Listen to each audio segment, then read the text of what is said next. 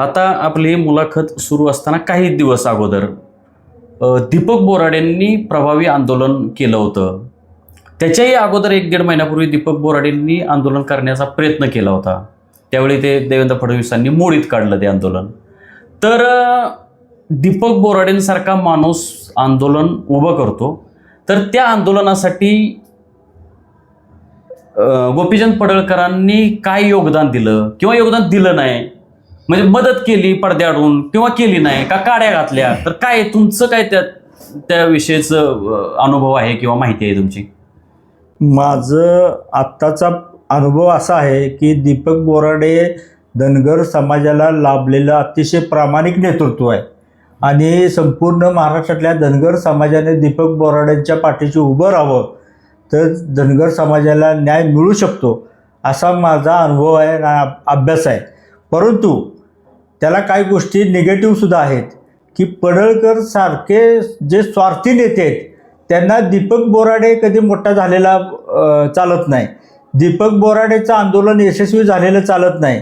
धनगर समाजाला आरक्षण मिळालेलं चालत नाही.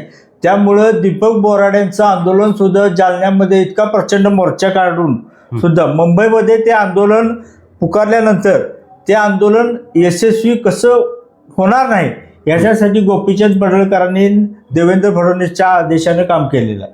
बरं, मला सांगा की गोपीचंद पडळकर आमदार झाले, कदाचित ते ह्या मागच्या टर्ममध्ये, मागच्या म्हणजे आताच्या चालू टर्ममध्ये ते मंत्री होण्याची शक्यता होती, झाले नाहीत. परंतु पुढे कदाचित मंत्री होतील, कदाचित तुमच्या शुभेच्छा असतील, विरोध मला माहीत नाही.